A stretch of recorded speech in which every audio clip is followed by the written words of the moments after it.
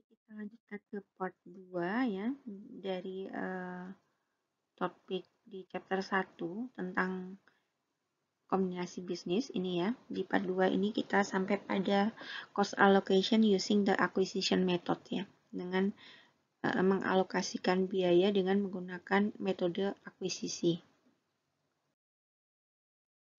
Yang pertama yang harus kita lakukan, kita harus bisa mengidentifikasi 3 hal penting di dalam neraca perusahaan yang akan diakuisisi ya. Yang pertama yang harus diidentifikasi adalah tangible assetnya ya, atau aset berwujudnya.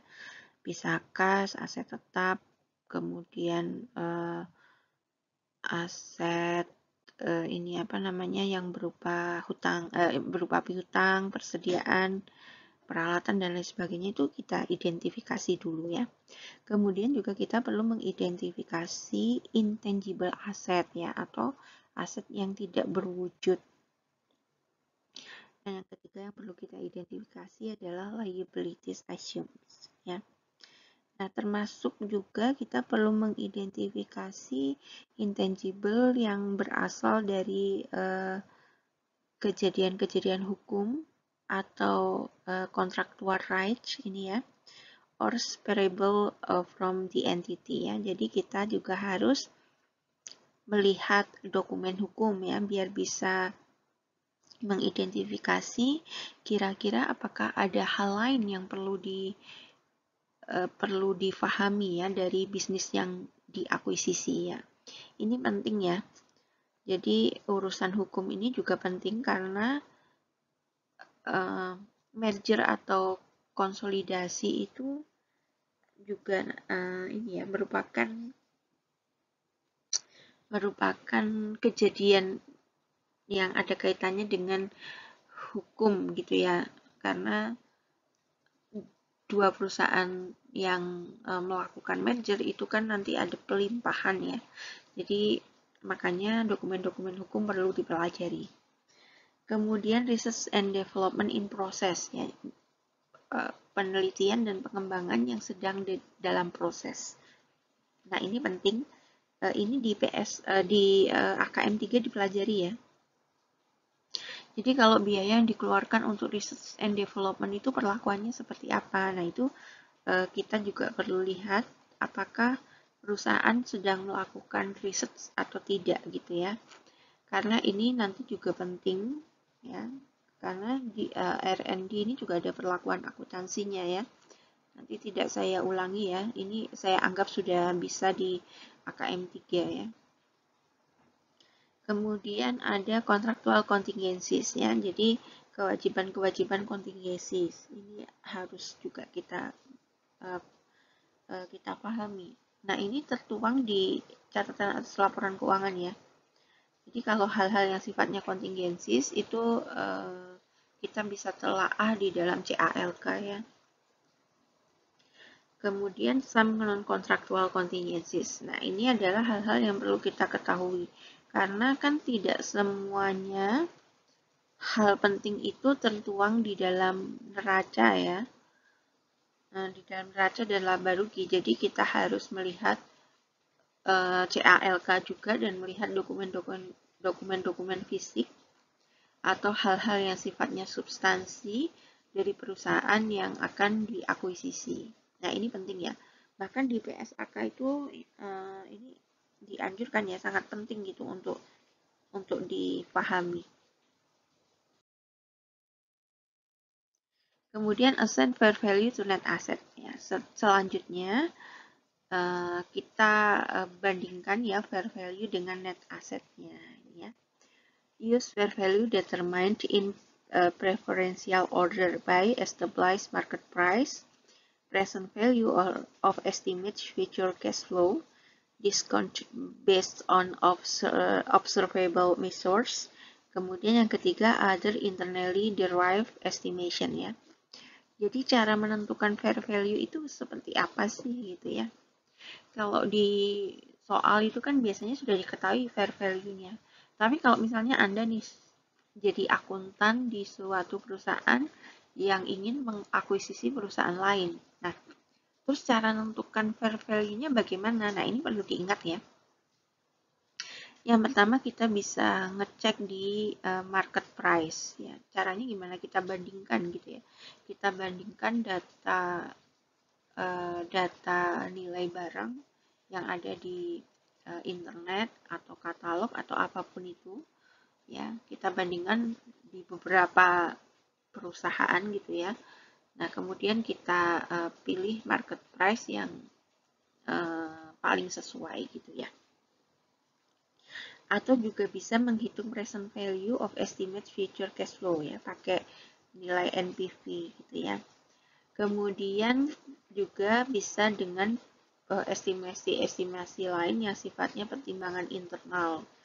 Nah, ini harus diputuskan, tidak boleh satu orang ya, supaya objektif ya. Jadi, bisa jadi itu pakai pertimbangan internal untuk menentukan berapa besarnya fair value.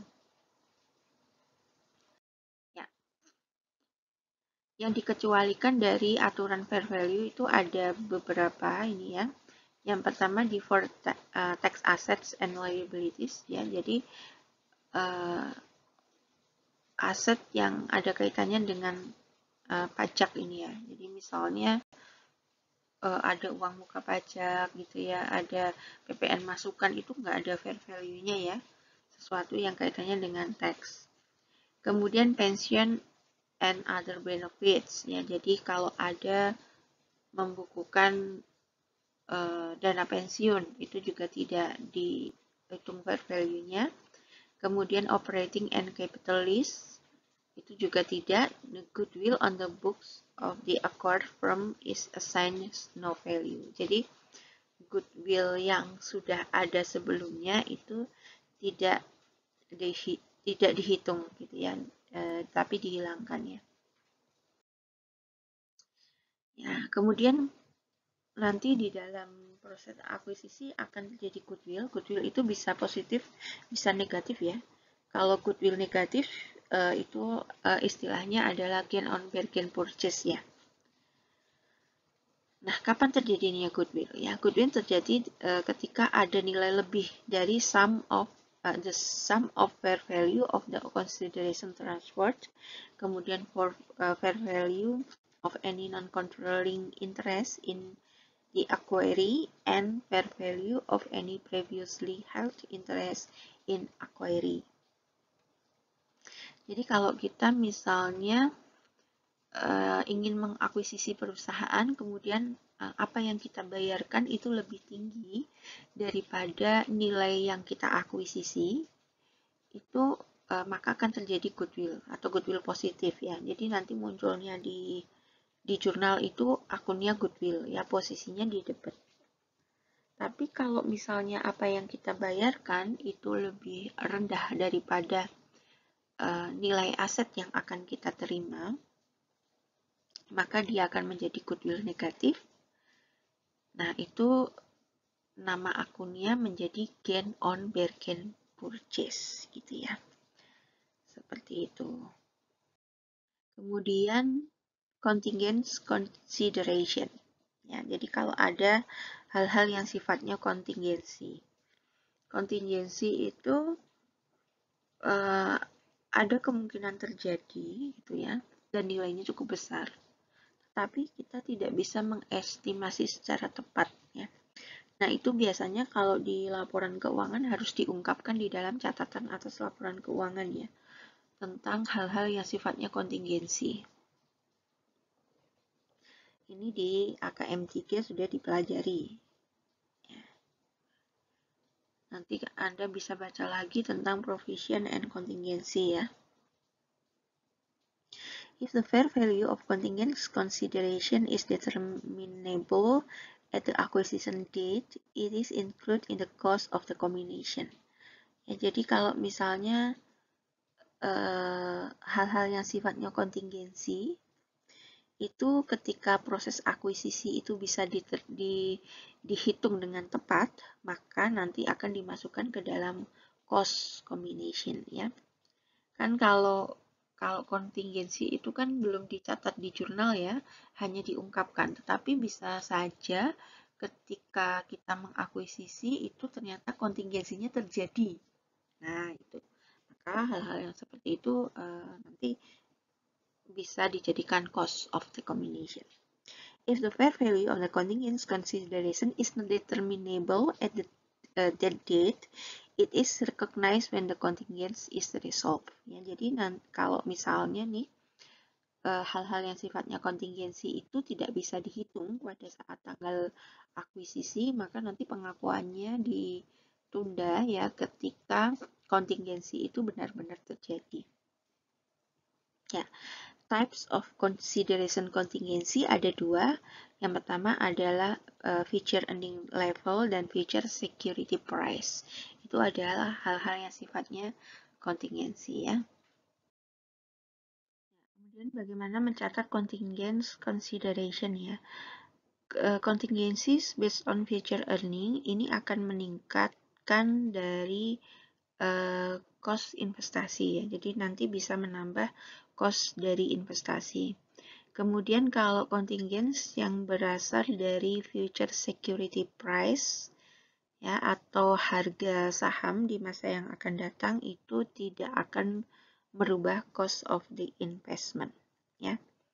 Additional consideration distribute is recorded at its fair value with an offsetting breakdown of the equity or debt securities issued ya. Jadi nanti tambahan tersebut akan dicatat pada harga pasar ya, nilai pasar dari equity atau debt securities yang diterbitkan ya.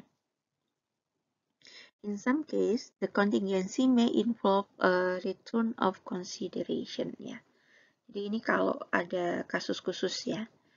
Jadi nanti juga bisa jadi kontingensi tersebut akan involve ya, akan dimasukkan dalam return ya, return of the consideration. Seperti itu. Contoh kasus ini ya. Pitt Corporation mengakuisisi net asset dari Seeds yang dilakukan pada 27 Desember 2008. The assets and liabilities of Seeds corporation on this date at their book values and fair values are as follows. Nah, ini datanya ya.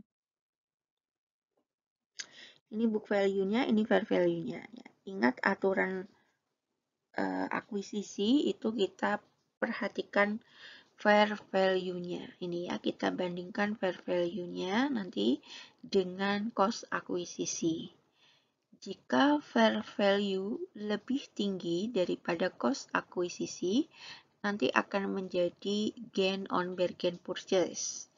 Kalau fair value lebih rendah daripada cost of akuisisi, jadi kita membayar dan dapat barang yang harganya lebih rendah daripada nilai yang kita bayarkan, maka akan terjadi goodwill gitu ya. Oke. Ya, kita lihat ya. Ini cash, net receivable, inventory dan lain sebagainya. Silahkan Anda perhatikan nilai-nilainya. Kemudian kita lihat informasi tambahan ini ya. Diakuisisinya pada harga 400.000 ya. Cash and dia juga menerbitkan 50.000 lembar saham yang nilai per lembarnya adalah $10. Ya, nilai nominalnya $10 with a market value $20 ya. Jadi nanti cost of akuisisinya yang dijadikan dasar menghitung adalah yang 20 ini ya, sesuai dengan market value-nya. Maka total consideration at fair value atau harga yang dibayarkan untuk membeli perusahaan itu yang pertama adalah cash-nya 400.000 ditambah nilai saham 50.000 kali 20 gitu ya. Nilai total yang dibayarkan adalah 1.400.000. Ini nolnya dihilangkan ya, biar praktis ya. Kemudian fair value asetnya tadi 1.200 ya. Karena cost of acquisition-nya lebih tinggi daripada fair value net asset, maka ada selisih nih ya. Nah, selisihnya diakui sebagai goodwill gitu ya.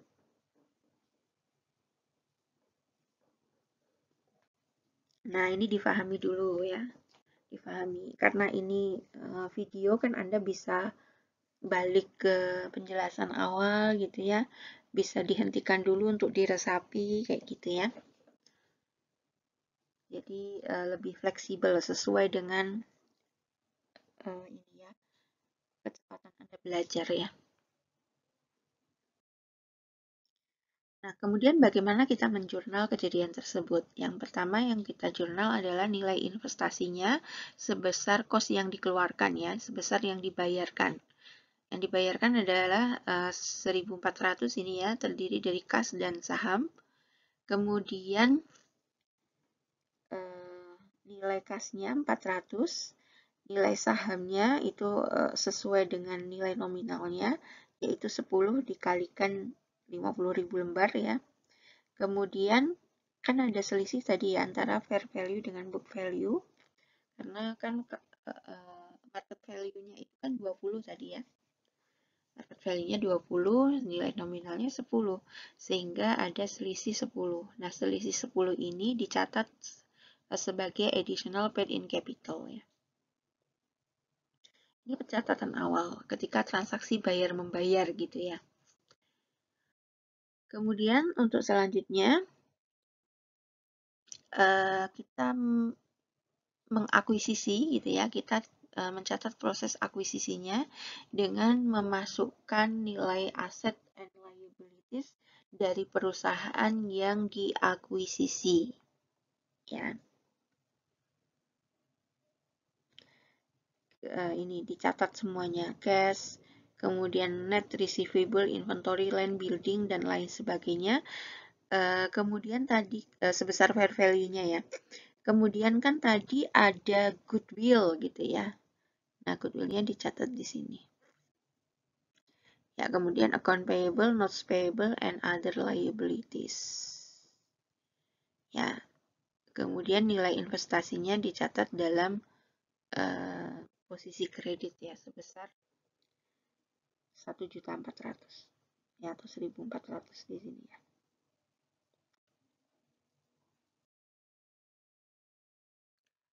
Oke, kemudian bagaimana kalau kos yang kita bayarkan itu lebih rendah daripada fair value aset dari perusahaan yang kita akuisisi gitu ya. Nah, maka akan terjadi goodwill negatif atau istilahnya adalah bargain purchase ini ya. Jadi kan untung ya, kita misalnya barang yang kita beli itu nilainya 100.000 tapi kita bayarnya cuma 80. Berarti kan kita untung gitu ya. Nah, kalau dalam istilah di dalam business combination itu namanya bargain purchase ya. Gain keuntungan karena adanya tawar-menawar pembelian gitu ya. Maka istilahnya gain on bargain purchase gitu ya. Contohnya ini. Pitt Corporation issue 40,000 shares of its $10 per common stock with a market value $20 per share ya. Jadi sama nilai nominalnya atau harga parinya 10 dan harga pasarnya $20 gitu ya. Lembar saham yang dikeluarkan untuk pembelian tersebut adalah 40.000 lembar. And it also give 10% 5 years not payable for 200,000 for the net assets of Seeds Corporation. Ya, jadi belinya itu pakai saham sama pakai obligasi yang umurnya 5 tahun ini ya. Nilainya adalah 200.000. Jadi nggak pakai cash ini ya, pakai surat berharga. Ya. Maka kita hitung dulu biaya konsiderasinya atau biaya pembeliannya ya. Nilainya adalah ini ya 40.000 lembar kali 20 ditambah payable-nya, notes payable-nya ya. Totalnya adalah 1.000. Nah, padahal fair value aset dari seed tadi kan 1.200 ya. Maka ada selisih di sini 200, tapi selisihnya negatif. Lebih banyak aset yang akan kita terima daripada uang yang kita bayarkan. Maka terjadi gain from bargain purchase. Nah, jurnalnya bagaimana? Ya, jurnalnya yang pertama kita jurnal debit dulu investasinya, nilai investasi sebesar biaya yang dikeluarkan yaitu 1.000. Ya, nah 1.000 ini terdiri dari apa saja? Yang pertama notes payable, kemudian common stock, ya, kemudian ada additional paid in capital. Ini ya. Jadi ini adalah sebesar selisih antara market value dengan par value ya. Seperti itu. Ini adalah transaksi jurnal untuk mencatat transaksi pembayaran perusahaan. Ya, kemudian untuk selanjutnya adalah mengakuisisi nilai-nilai aset perusahaan yang kita beli ya. Ditulis semuanya ya sebesar aset yang bisa diidentifikasi dan liabilities-nya sebesar nilai fair value-nya, kemudian nilai investasinya di kredit ini ya, karena kita sudah mengakui, jadi di offset gitu ya, atau dihapuskan dengan cara mengkredit akun investment in seeds ya. Kemudian karena tadi nilai yang kita bayarkan lebih rendah daripada aset yang kita terima, maka terjadi gain from bargain purchase. Ya, kemudian goodwill controversies. Nah, ini ada pro kontra ya terkait dengan goodwill. Jadi, apakah goodwill itu bisa dikapitalisasi atau enggak sih gitu ya? Goodwill itu harus diamortisasi atau enggak? Sebetulnya goodwill itu bagaimana gitu ya? Ada pro kontra di sini ya, ada kontroversis. Capitalized goodwill is the purchase price not assigned to identifiable assets and liabilities ya. Error in valuing assets and liabilities affect the amount of goodwill record ya. Jadi goodwill itu masih kontroversial. Kenapa? Karena kan goodwill itu didasarkan pada perhitungan fair value ya, atau harga wajar. Nah, harga wajar itu kan nilainya itu masih perkiraan ya, tidak fix gitu ya, tidak pasti. Nah, yang namanya perkiraan itu kan bisa tepat, bisa meleset. Jadi goodwill itu nggak bisa dikategorikan dalam aset yang bisa dikapitalisasi. Kenapa ya? Karena tadi nilainya itu sebetulnya bukan nilai yang fix gitu ya. Beda kalau misalnya kita beli kendaraan misalnya, nilainya itu jelas sesuai dengan nota pembelian. Nah, tetapi goodwill itu munculnya kan karena salah satu variabelnya itu adalah sifatnya adalah perkiraan kan gitu. Namanya fair value kan proses terjadinya itu kan nggak pasti gitu ya. Ya, jadi fair value itu meskipun kita melakukan penelaahan yang dalam terkait dengan fair value, tetapi fair value itu terjadinya bukan seperti nota pembelian gitu ya, tetapi dia adalah perkiraan. Ya, meskipun ketika dalam memperkirakan itu menggunakan metode-metode yang bisa dipertanggungjawabkan, tetapi karena nilainya itu adalah bagian dari professional judgment, maka dia tidak bisa dikategorikan dalam aset yang bisa dikapitalisasi. Kemudian yang kedua, kontroversi terjadi karena historically goodwill is most industrialized countries was capitalized and amortized ya.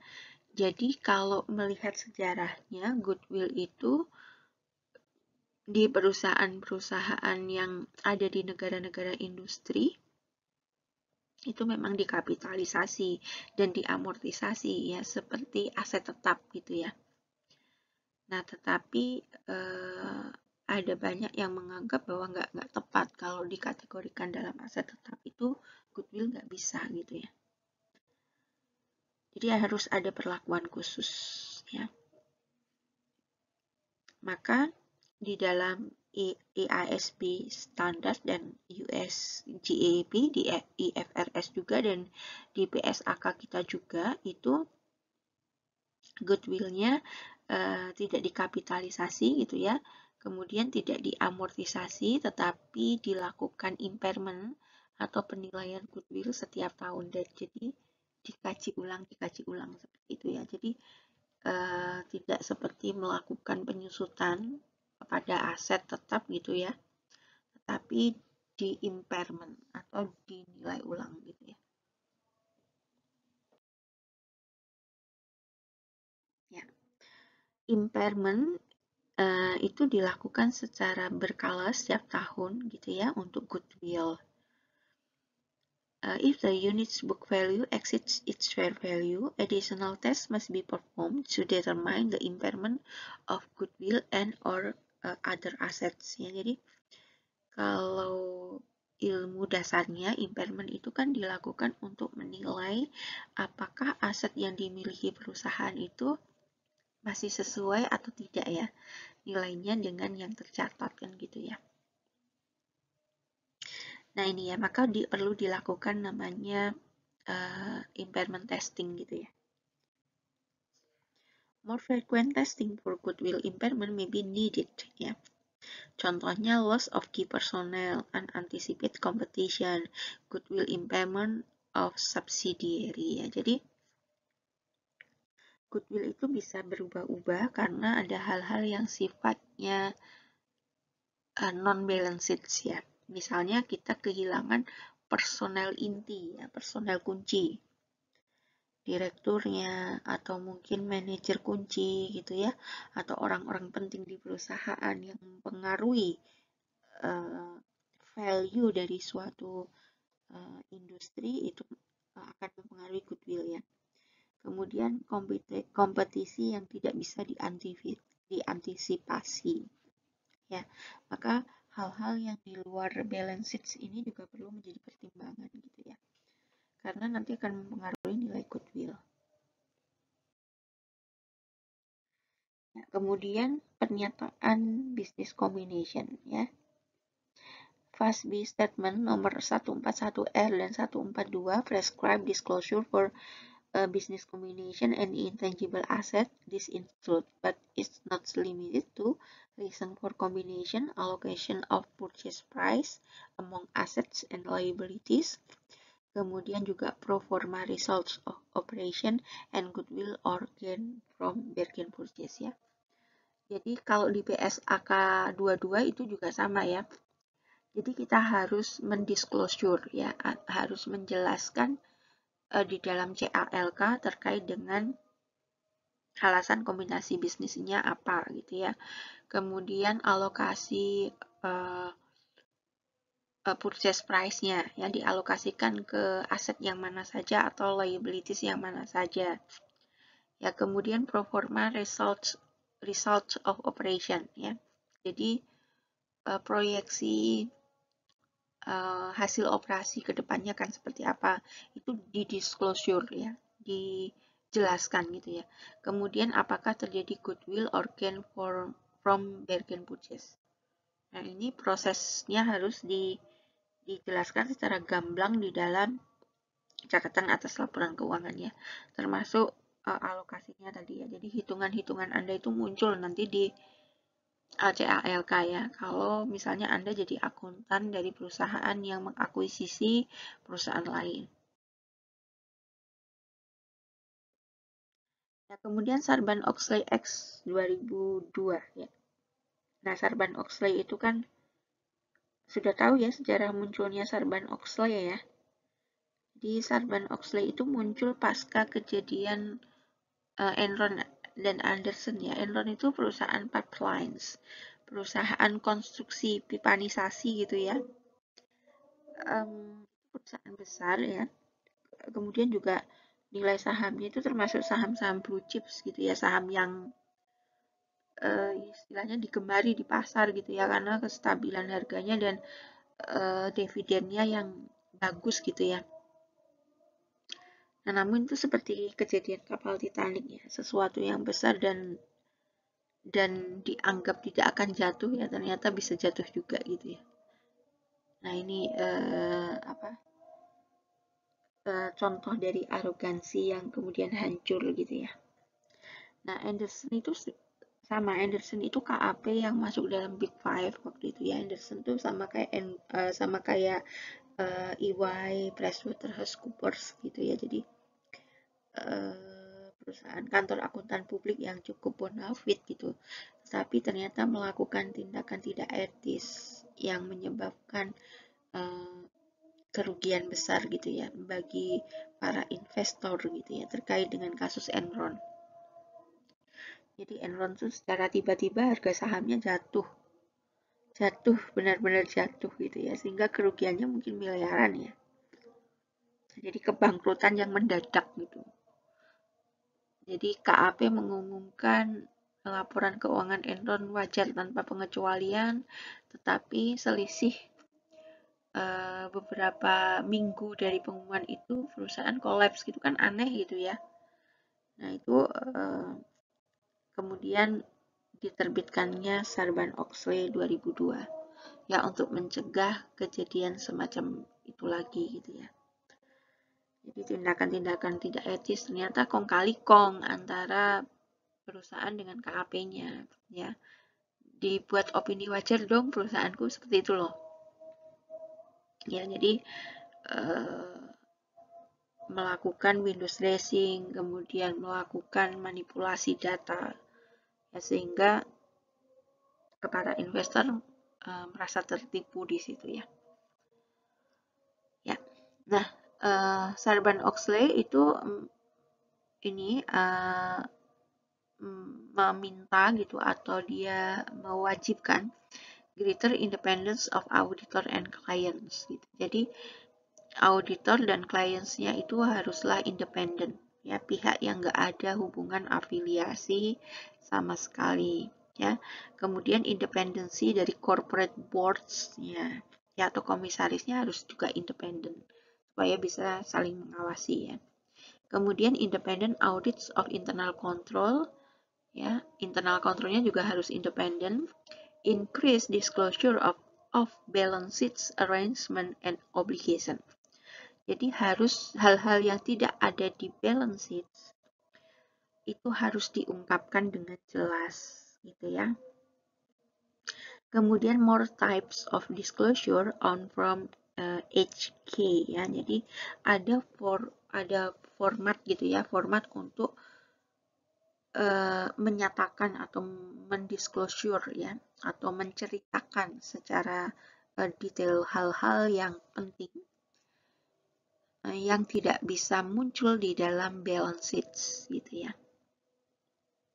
Nah, ini di Sarbanes-Oxley itu memang sangat ditekankan. Kenapa hal-hal yang off balance sheet ini harus diungkapkan?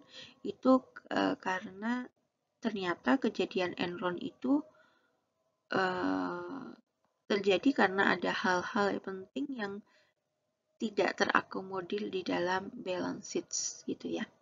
Nah, maka full disclosure ini menjadi perhatian penting. Nah, oke, itu semua adalah chapter pertama ya. Jadi kombinasi bisnis, kemudian bagaimana terjadinya, mulai dari latar belakang, mekanisme pengalihan aset, kemudian cara pencatatan, kemudian juga apa saja yang perlu diungkapkan di dalam laporan keuangan ketika perusahaan melakukan kombinasi bisnis. Ya. Baik, kita akan lanjutkan nanti di chapter yang kedua gitu ya. Untuk chapter pertama kita cukupkan dulu. Terima kasih. Silahkan Anda kerjakan latihan soalnya. Kemudian juga Anda bisa ulang-ulang videonya jika memang masih belum jelas ya. Semoga bermanfaat. Assalamualaikum warahmatullahi wabarakatuh.